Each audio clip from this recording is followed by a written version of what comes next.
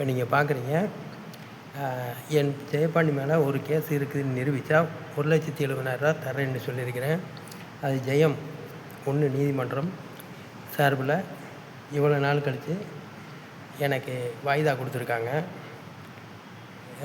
6 ADJல 8/12 வாய்தாவில் நான் வந்து ஜெயபாண்டி சயின்டிஸ்ட்டு பத்திரம் கொடுக்க இருக்கிறேன்.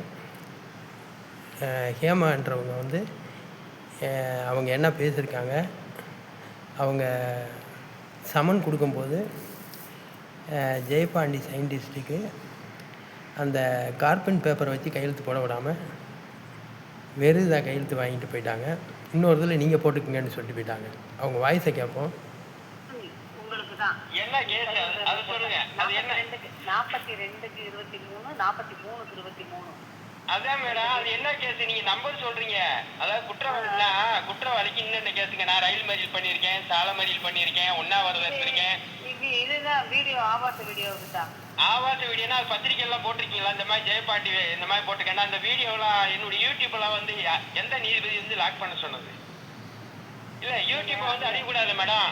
இப்ப வாய்தா வந்து நீங்க எப்ப கொடுத்துருக்கணும்? வந்து உங்களோட குற்றச்சாட்டை வந்து நீங்க கோர்ட்ல வந்து சொல்லுங்க. அதே கோர்ட்ல நான் பேசியிருந்தேன். அந்த யூடியூப்ல அழிக்கக்கூடாது. கலெக்டர் மேடம் வந்து இதுக்கு முன்னாடி போட்டதுக்கு நீங்க வந்து சொல்லிட்டு போயிருக்கீங்க. இப்ப அதே மாதிரி இதுக்கும் வந்து ரெண்டையும் வந்து ஆஜராகி சொல்லிட்டு போயிருங்க. அதே மேடம், இது இத்தனை நாள் வரைக்கும் நீங்க வந்து நான் வெளியே வந்துட்டேன். வெளியே வந்த பிறகு இது நாள் வரைக்கும் எனக்கு போன் பண்ணி இந்த மாதிரி வாய்தா இருக்குன்னு கூட இது நாள் வரைக்கும் எனக்கு இப்பதான் சம்மன் கொடுத்துருக்காங்க கோர்ட்ல இருந்து. இப்பதான் சம்மன் அடிச்சு நாளைக்கு ஒண்ணு. அப்ப எனக்கு எந்த தேதியில வருது? இங்க வீட்டுக்கு வந்து கொடுப்பாங்க இல்லையா சம்மன் வந்து? இல்ல போலீஸ் கொண்டாந்து கொடுக்க சொல்லட்டுமா, இல்ல நீங்க வரீங்களா? இல்ல கொடுக்க தபால் தான் அனுப்புவாங்க. தபால் அனுப்பி எனக்கு செல்லூர் மேலத்தோப்பு நான் எழுதிங்க. ஒரு நிமிஷம் இருங்க. சம்மன்ல எல்லாமே எனக்கு தெரிஞ்சுக்கணும்ல. சரி, உங்க கையில கொடுத்துருவாங்க. நான் லீவ் போட்டு கூட நான் இருப்பேன். எதுக்காக இந்த கிழமை வரணும்னு சொன்னா? இல்ல உங்களை 2 நாளையும் அலைய விடக்கூடாதுன்னு சொல்றதுக்காக தான். நாளைக்கு ஒண்ணு வருது 19ஆம் தேதி. நாளைக்கு வர்றதையும் 19ஆம் தேதிக்கு வாங்கியாச்சுன்னா 2க்கும் ஒரே நாள்ல வந்துட்டு போயிருவீங்களா? அதுக்கு தான் உங்களுக்கு விவரம் சொல்றேன் நான் இப்போ. சரிங்க மேடம். அது வந்து நாளைக்கு எனக்கு கண்டிப்பா கிடைக்கும்னா நாளைக்கு லீவ் போட்டு நான் இருக்கிறேன். நாளைக்கு வேண்டாம், உங்களுக்கு நாளைக்கு ஒண்ணு வருது, 19ஆம் தேதி ஒண்ணு வருதுங்க.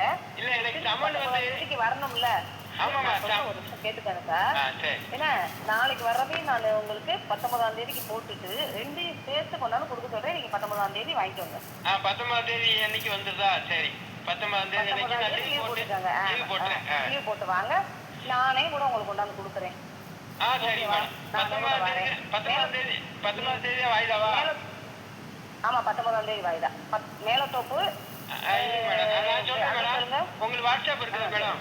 உங்களுக்கு வாட்ஸ்அப் இருக்குதா? இந்த நம்பருக்கு தான் வாட்ஸ்அப் போட்டு விடுறீங்களா? இருங்க, நான் உங்களுக்கு அட்ரஸ் சொல்லிடுறேன். அதுக்கு பிறகு வாட்ஸ்அப்லயும் போட்டுறேன். மேலத்தோப்பு செல்லூரா?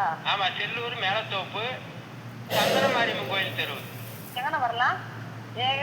எப்படி வரணும்? கொஞ்சம் அந்த செல்லூர் போலீஸ் ஸ்டேஷனுக்கு வளையறீங்களா? மெயின் ரோட்ல இருந்து கபடி விளையாடுற சிலை இருக்குல்ல, அதுக்கு எத்தாப்புல ஒரு பெரிய அரசமரம் இருக்கா? அந்த பக்கமா இந்த பக்கமா? ஆத்து வர ஸ்டேஷனுக்கு வர இல்ல, ஸ்டேஷனுக்கே நீங்க உள்ள இப்படி வளையீங்க. அந்த கபடி கிரவுண்டு கிட்ட இருந்து பார்த்தாலே இந்த ஆத்துவரம் போற ரோட்ல ஊருக்குள்ள ஒரு பெரிய அரசமரம் இருக்கும், பாத்தீங்களா? ஆமா, நீங்க கபடி அந்த சிலைக்கு பார்த்தாலே தெரியும். நம்ம இதுக்கு போறோம்ல, அங்க இருந்து நம்ம ஸ்டேஷனுக்கு போற பக்கத்துல ஒரு மரம் இருக்கு. அதே பக்கம் வரணுமா, இல்ல ஆத்து பக்கம் போற பக்கம் வரணுமா? ஆத்து பக்கம் போற வழியில நீங்க அந்த சிலைக்கிட்ட இருந்து செல்லூர் மேலத்தூர் அந்த மரத்துக்கு பக்கத்துலதான் இருக்குது.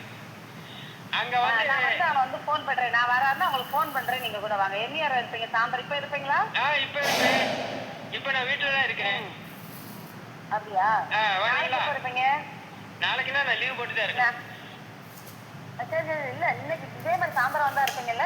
இல்ல நான் சாயந்தரம் 8 மணி நான் நிமிடால் வேலைக்கு போயிட்டு இருக்கேன். இந்த வேலை வாய்ப்பு கொடுக்க வரைக்கும் அந்த தீர்ப்பு சொல்ல சொல்லிருக்கேன். நம்ம 6 ADJல 8க்கு 12 வயதாகல போவீங்களா? என்ன மேடம்? சனி ஞாயிறு போயிருவீங்களா? ஞாயிற்றுக்கிழமை இருப்பேன் வீட்டுல. சரி, நான் போன் பண்றேன். ஞாயிற்றுக்கிழமை வந்துடுறீங்களா? நான் போன் பண்ணிட்டு வர்றேன். நான் எப்ப வந்தாலும் காலையிலனா எத்தனை மணிக்கு இருப்பீங்க? இல்லைனா காலையில நான் 7 மணிக்குள்ள மேடம். இன்னைக்கு தான் நான் நைட் 8 மணிக்கு மேலே. இல்லை நான் வரையில நைட் 9 மணிக்கு கூட நான் உங்களுக்கு வரையில ஃபோன் பண்ணி கொடுத்துட்டு வரேன்.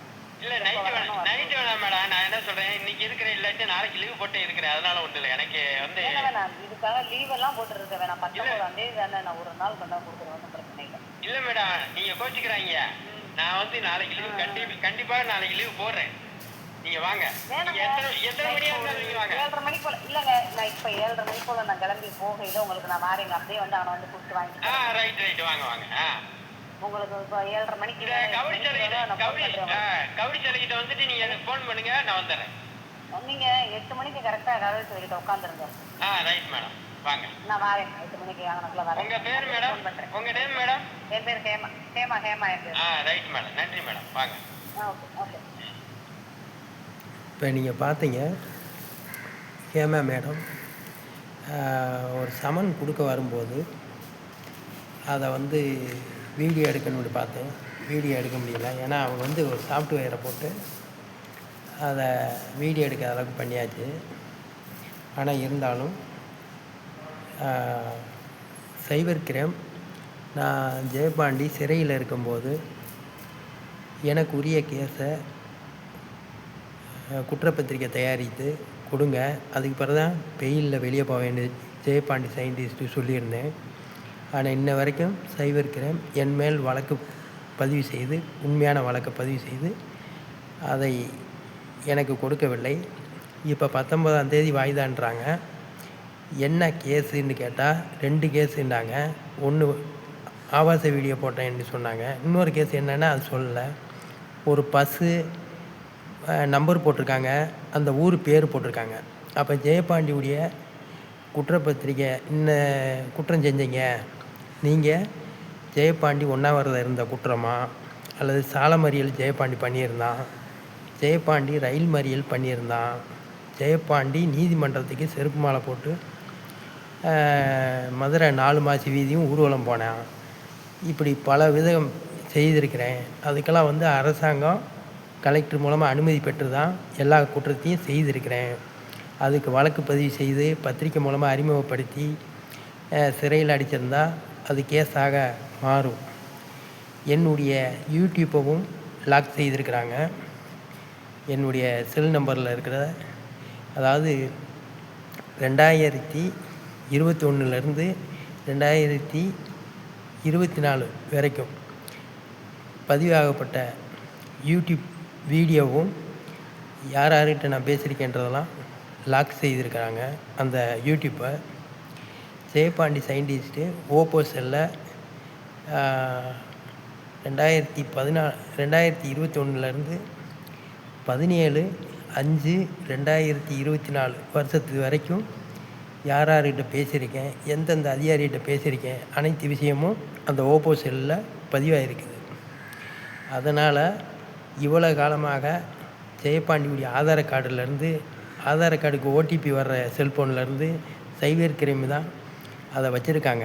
இவ்வளோ நாள் ஆய்வு பண்ணி ஜெயபாண்டி அதில் யார் யாருக்கு என்ன மாதிரி பேசியிருக்கிறான், ஏதாவது தவறான செய்திகளை யாருக்கிட்டையும் பகிர்ந்துருக்கானா அப்படின்ற விஷயத்தெல்லாம் அந்த செல்ஃபோன் மூலமாக தெரிய வரும். நான் வந்து வேலை பார்க்குற ஓனரை தவிர மற்ற யார்கிட்டையும் நான் பேசவில்லை. என்னுடைய வீட்டு குடும்பத்திலேருந்து பேசுகிறது கூட யாராலும் இறந்து போயிட்டாங்களா அப்படின்ற கேதத்தை சொல்கிறதுக்கு தான் எனக்கு ஃபோன் பண்ணியிருப்பாங்க. அதனால் நான் இப்போ வந்து வெளியே வந்து சாதாரண ஒரு சயின்டிஸ்ட் ஜெயபாண்டி ஆதார் கார்டு கூட இல்லாமல் எங்கள் அக்காவுடைய ஆதார் கார்டை வாங்கி அந்த ஆதார் கார்டில் தான் சிம்மு வாங்கியிருக்கேன், செல்லு வாங்கியிருக்கேன். ஆகையால் பிஓ ஜெயபாண்டி சயின்டிஸ்ட்டு இந்த சூழ்நிலையில் படிக்கிற பிள்ளைகளுக்கு மதுரை மாவட்டத்தில் வேலை வாய்ப்பு கொடுக்க இருக்கிறேன். பிஓ ஜெயபாண்டி சயின்டிஸ்ட்டு ஜெயம் 1 நீதிபதி அம்மாக்கிட்ட 4 வாய்தாவில் நான் பேசியிருக்கேன். 4 வாய்தாவிலையும் என்னுடைய குற்றத்தை பற்றி அதை வழக்கு பதிவு செய்து எனக்கு குற்றப்பத்திரிக்கை கொடுக்காது ஏன் என்று கேட்டிருக்கேன். நன்றி, வணக்கம்.